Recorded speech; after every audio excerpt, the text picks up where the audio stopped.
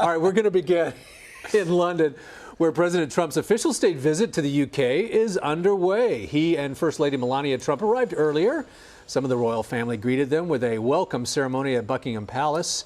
However, President Trump's comments on Brexit, on London's mayor, and even on Meghan Markle have already sparked some controversy. Paula Reid has more from London. President Trump touched down in the UK, hurling himself into the country's political turmoil.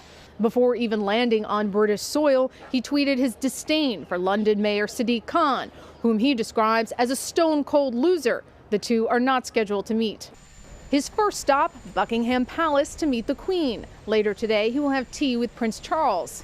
But he's already risked insulting his royal hosts. In an interview with The Sun, President Trump described the Duchess of Sussex as nasty after he was told the American had called him misogynistic. She said she'd move to Canada if you got elected. Turned out she moved to Britain. Well, that would be good. A lot of people moving here. So what can I say? No, I didn't know that she was nasty. Despite the audio recording, President Trump denied his description of the Duchess. No, I made no bad comment. Thank you. British Foreign Secretary Jeremy Hunt told Face the Nation moderator Margaret Brennan he doesn't think this will spoil the trip. It doesn't affect the fact that we have the most important partnership that there is in the world for freedom, democracy. President Trump, who dismissed any basis for impeachment before leaving for the UK, will meet with beleaguered Prime Minister Theresa May. She will resign Friday after failed Brexit talks. They want to do trade with the United States, and I think there's an opportunity for a very big trade deal at some point in the near future. But the president has stirred controversy by offering unsolicited advice to whoever succeeds her. In an interview with the British newspaper The Sunday Times, he suggested the UK should walk away from Brexit talks if the European Union doesn't give it what it wants. But when asked if he should be adding his input, the president said, "Don't ask me the question if you don't want me to talk about it." And Paula Reid is with us now from Buckingham Palace in London. Paula, good to see you. With Prime Minister Theresa May resigning, President Trump has given his support to Brexit supporter Boris Johnson as her replacement. So do you think this is significant? This is significant because most U.S. presidents would be reluctant to weigh in on an upcoming foreign election, but not President Trump. Here he is diving headfirst, appearing to throw his support behind Boris Johnson, saying he believes he would do a very good job. Now, it's unclear if the two men will meet here while they are in London. There have been whispers, suggestions of a possible meeting between these two men, and while the president has a few gaps in his schedule where this kind of meeting could take place, there is nothing scheduled as of now. All right, Paula, so let me ask you about some of this controversy that the president has already generated. As you pointed out in your piece just before landing, he slammed the London mayor Sadiq Khan on Twitter, calling him a stone-cold loser. Why is he going after Khan as he lands in the major city? And we should also point out that he insulted the mayor of America's, what some people would call America's capital city, Mayor Bill de Blasio of New York. Yes, I cannot explain the de Blasio, but let's start with Khan. These two men have had an ongoing war of words for several years now.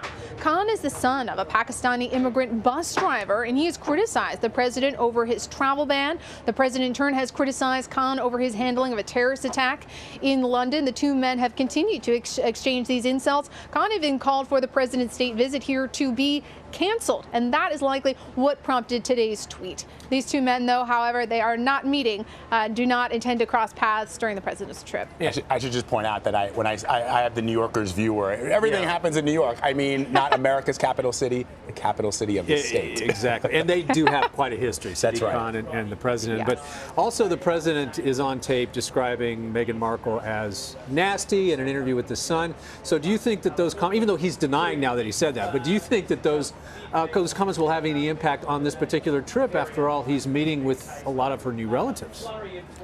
That's right. It appears everyone is trying to put this incident to the side, put it behind them. These are comments that she made before she became part of the royal family. And the president has tried to downplay his remarks, even outright deny them, despite the audio. But he also had some kind words for Meghan Markle, saying he believes that she will do a great job as an American princess, as she is. But she will not be on the scene today. She is still on maternity leave. So even though we expect Prince Harry to be in attendance for this luncheon with the Queen, we will not see Meghan Markle throughout this trip.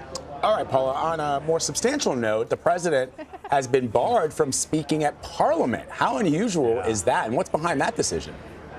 This is unusual, and this is a snub. And both political parties here in the UK, both sides of this political drama, have argued that perhaps he should, on the one hand, be able to do this, because even though he is known for going off script, he is one of the UK's closest allies.